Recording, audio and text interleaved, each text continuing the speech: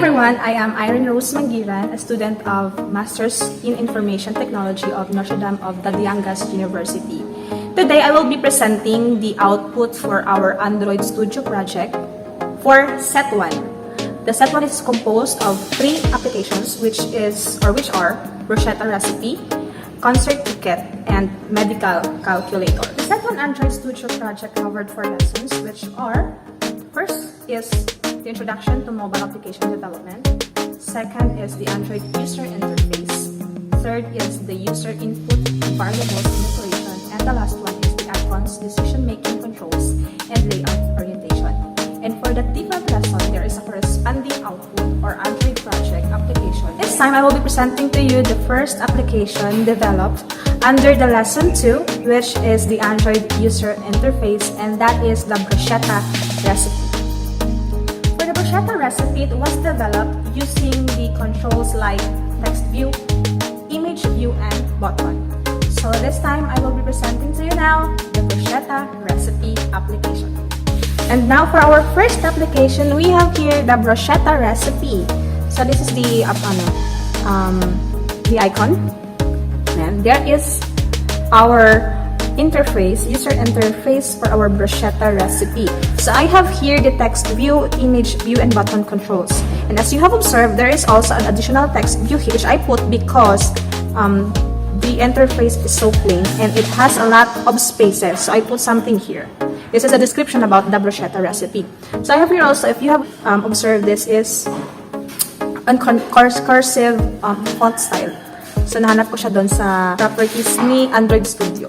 So to tell you frankly, honestly, on this first application, I've struggled so much because we were instructed to search for the constraint layout on how to manipulate the constraint widget and also how to make our application scrollable. So I've searched different videos on YouTube, and during that time, I've searched also how to put background on our interface. That is why medyo may kulay yung ating background ngayon. So it took me 2 days to complete the task because I've struggled so much sa scroll view. There are different ways on how to achieve it. There are also linear layout, relative layout, and on that different kind of layout, nagkakaroon ng conflict. So when I use the linear layout, lahat ng text ay pupunta doon sa gilid. It will not hindi siya magiging center. So when I use also relative, parang ganun din siya, and nagkakaroon ng conflict sa code, sa Java code, which lead to the application to crash. Fortunately, I searched one video about scroll view and constraint layout para hindi siya mag-conflict. So, successfully, na-chill naman siya. So, we have to navigate now our application. So, we have here the button. When you click the button, it will lead you to the second activity, and it will show the recipe in the direction on how to prepare the bruschetta recipe. So, there you go. This is the ingredients, and this is the direction. So, I'll also put here another text view, which is a bon appetit. So, as you have observed, all of my, the direction of the text is nandito sa left side. So, titignan natin ngayon what will be its position if we will make it on a landscape mode. So, let's try the landscape mode here. Okay. So, as you have observed, center pa rin ang ating layout, ang ating bruschetta. Nasa center pa rin kung ano yung kanina na ganun pa rin siya. So, here, let's try to view again. So, nasa side pa rin siya. So, what I did is I set the property or the gravity of the layout into center, top, and bottom. Pag nag-scroll tayo, okay, ganun pa rin siya. If we put it in the landscape mode, hindi masasira yung layout natin. Ganun pa rin siya if naka-portrait and naka-landscape. So, scrollable na po ang ating bruschetta recipe application. Okay, scroll. During the time when I did not set the gravity into top, hindi ko siya center lang, nagkaroon ako ng problem because ito lang yung ma-scroll mo. Pag scroll mo siya sa top, hindi siya nag-scroll. So, I'll check the top, so that is why we can scroll it already. So that is the bruschetta recipe. On our second application, it is called the concert ticket under the lesson 2, which is user input, variables, and operations. So we have here the interface of our application, which is the concert ticket. So the purpose of this application is to calculate automatically how much will be the cost of the tickets that you will buy on a certain concert.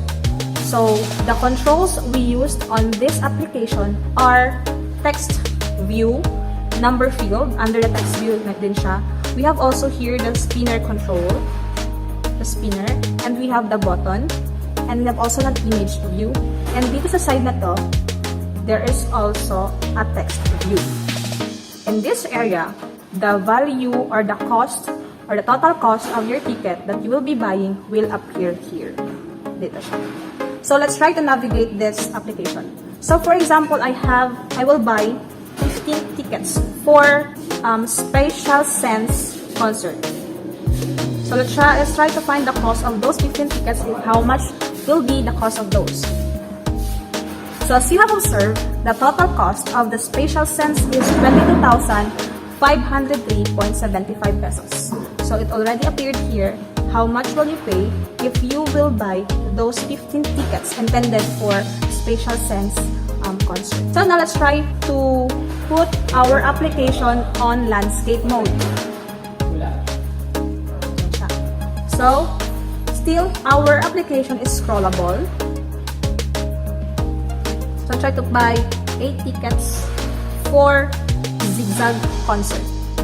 Find the cost. The cost for Zigzag is 12,002 pesos. So scrollable pa rin siya. Nandito yung ating image view. So this is the concert ticket.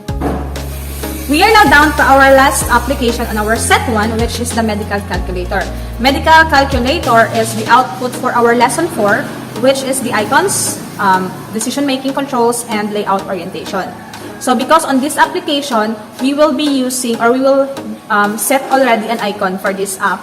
And also, we will be using the if and else if on our Java code kasi meron tayong decision-making na gagawin sa application na to. And also, our orientation, we will set this application into landscape also. We will design this application also into a landscape mode. So this application, the purpose of this application is to convert the patient weight into kilos to pounds and pounds to kilos. And now, let's take a look on our medical calculator application. So as you have observed, it has already an icon here. Kasi kanina, yung dalawa, before we introduce this one, yung bruschetta at concert ticket, the Android Studio uses the default icon on those two na kanina, yung bruschetta at yung concert ticket.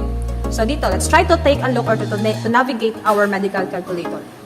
So this is the interface of our application. So as you have observed, there is also an icon here sa upper portion niya. And we uses also the text view. Yung mga controls na gamit natin is text view. We have the number field. We uses also a radio group and 2 radio button. We use also button at saka we also used here sa part na to is yung text view. In this area, lalabas dito mamaya kung ano yung equivalent ni pounds to kilograms and kilograms to pounds. Dito lalabas mamaya yung result ng conversion natin. So now let's try to use this app. So say for example, the weight of the patient is 57 kilos. We will now convert the 57 kilos into pounds. So let's just click this one, then convert weight. So the weight of the patient is 26 pounds. Now, let's try to convert pounds into kilograms. So say for example, the weight of the patient is 125 pounds. We will convert it into kilograms. The weight of the patient is 57 kilograms. Okay. Kanina sabi ko, we will be using decision-making control. Okay? Meron tayong condition sa ating code that if the pounds or the weight of the patient is greater than 500 pounds, a message prompt will appear that the user must input less than 500. And also, vice versa, sa kilos also, if the kilos inputted or put by the user exceeds 225, there will be also a message prompt that will appear that the kilos must be less than 225 because on this app, it is for weight of the patient. So rarely lang naman nagkakaroon ng patient that has kilos more than 225 kilos and more than 500 pounds. So let's try to put, so say for example, I will put it 689 pounds. Let's try. Titignan natin if there is a message prompt that will appear. So now let's try to convert weight. So as you have observed, merong message prompt that appeared that pounds must be less than 500. Try natin sa kilos. So say for example, we will put here 6 or 288. Let's convert kilo to pounds. There is also a message prompt that says kilos must be less than 225. So doon natin ginamit si else if at saka si if. Now let's try to put our application into landscape mode.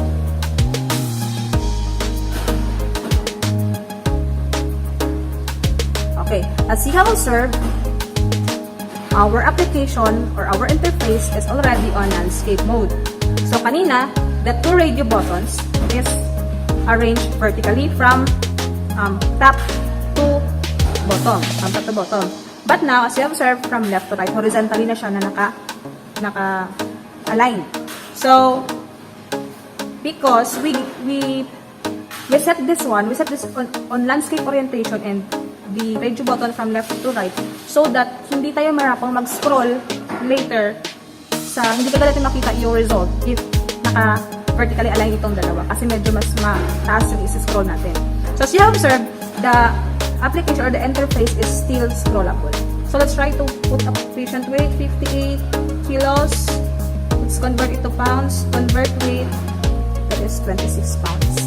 So try again to put 552. May message prompt again siya. So let's try to put 142 pounds, 2 kilograms, 65 kilograms. So this is now our medical calculator.